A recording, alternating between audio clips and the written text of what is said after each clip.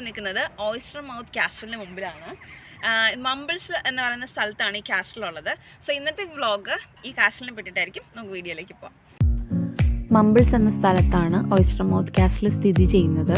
ഇതൊരു ഹില്ലി ഏരിയയാണ്.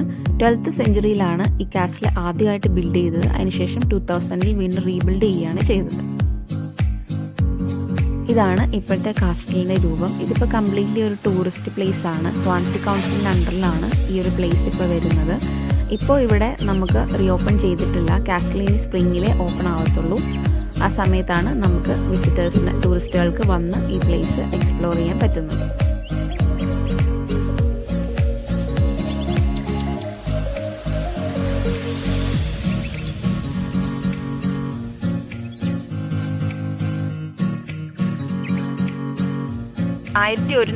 William T lords എന്ന ആളാണ് ഈ ഒരു കാസ്റ്റൽ ഇവിടെ ബിൽഡ് ചെയ്തത്.